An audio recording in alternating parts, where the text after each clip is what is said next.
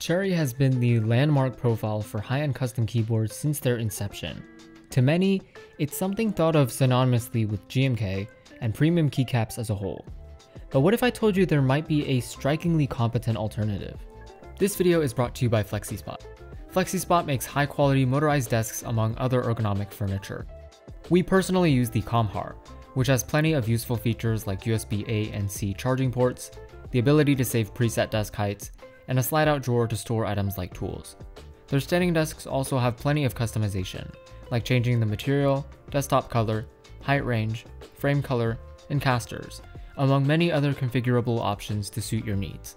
FlexiSpot is hosting a photo contest, where you can submit photos of your FlexiSpot desk setup to win select prizes like pegboards. Additionally, FlexiSpot is about to host a flash sale, meaning that you can get all these high-quality products with great discounts. Check the link in the description for more information. This is DCX by Drop. The best way I can sum it up is as if the quality and aesthetic of GMK had a baby with the accessibility and variety of MT3, and also inherited the packaging. We have our standard 3 plastic trays. Inside are thin sheets of bubble wrap, and that's pretty much it, but it's much more secure than GMK's packaging at least. Like GMK, DCX is ABS plastic and is manufactured using the double shot process. And it's important to mention this before I move forward. Do not confuse DCX for a manufacturer. GMK is a manufacturer and DCX is a profile. While the comparison is technically between Cherry and DCX, GMK is the most important comparison to directly make to Drop's DCX keycaps, since they're one of the most common Cherry keycaps in the custom world and stack up in terms of pricing. With that cleared up, we can start spotting the other similarities. For one, the concavity. Each Cherry key has a small dip towards the center when you look at it from the bottom or top, and the shape of this dip on DCX looks the same. Overall, the differences between the profiles themselves are very minute and different for each row. For example, row 2 is ever so slightly steeper and row 3 is a little bit shorter.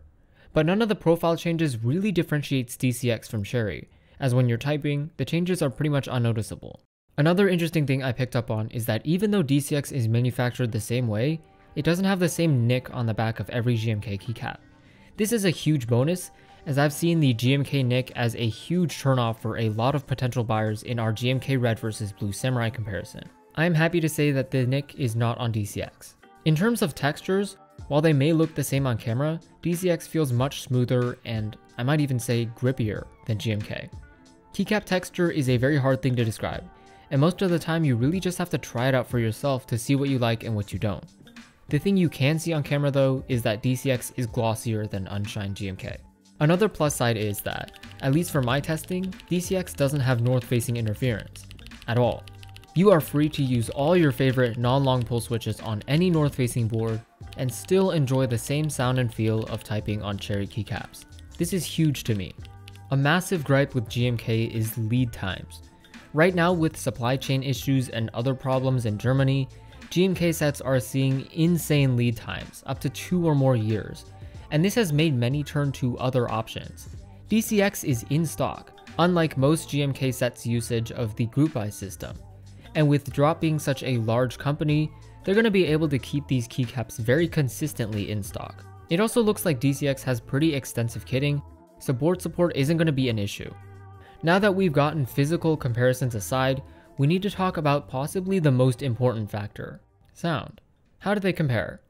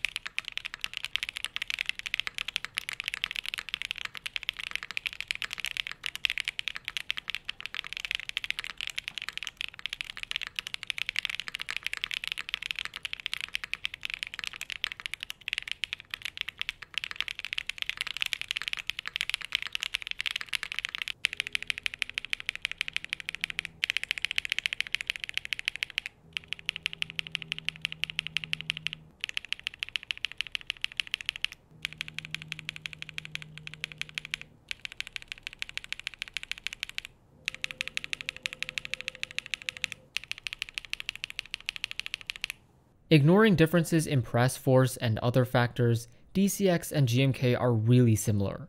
On the PE foamed QK65, there's literally no difference in the alphas, as expected with PE foam. The GMK spacebar is slightly higher pitched and sharper. With Tenet, GMK also seemed to be a bit sharper and harsh sounding, while DCX was more rounded out, but they both still had the same pitch. Of course, CRP is lower pitched than both because it's PBT instead of ABS. GMK also seems just barely duller sounding than DCX. With Glacier, there was barely an audible difference, but again, GMK seemed to be slightly sharper. But overall, the sound is mostly the same. How about material quality? Well, it's great, to be expected from a large company with a lot of keycap experience. Legends are sharp, of course, because of double shot. The mod font is a tiny bit wonky, but only if you look up close. The alphas are consistent, with the legends being in the right spot on every keycap. Compared to GMK, the font on DCX is quite a bit thinner. And I'm also very happy to say that the mods are all perfectly straight. No banana spacebars like with GMK. With how relatively young DCX is, there are definitely things I simply can't comment on right now, like color matching, quality control, and how novelties would look. But in the near future, as more content gets put out and Drop puts out more colorways, we will be able to know about these aspects very soon. But before we talk about whether you should look into buying DCX, I am obligated to talk about the controversy surrounding DCX, or should I say MT2, and the designers Drop works with. Drop is not known for treating their designers well. Most large companies that decide to dip their toes into our community aren't exactly seen as saints anyway. We've heard of bad miscommunications with Mateo, Drop doing things like MT2 without their permission, and a whole slew of controversies surrounding Mito. While this technically doesn't affect the products and their quality, I think it's important to be mindful of the places your products are coming from, and being aware that this is a company that has not been known to be particularly respectful to designers. But if you ask me, I think DCX as a product is a smarter choice than GMK, especially when Drop starts releasing more colorways. It's higher quality in more aspects than one, easy to buy, sounds almost the same, and doesn't take a lifetime to ship. But at the end of the day, these are both pretty expensive keycaps, and there's no doubt that there are high quality options out there that also compare to both of these in terms of value. But if DCX hits the plenty of checkboxes that it does for what you want in your new plastic squares, it's a great choice. And that's all I have for you today. Thanks for watching this episode of Near Lucid. If you like this video, drop a thumbs up. If you have feedback or questions, don't hesitate to leave a comment below. We'd be more than happy to answer. Also, these videos take lots of work, and by subscribing, you're letting us know that you want us to keep making them. That's all for this video. I'll see you guys later.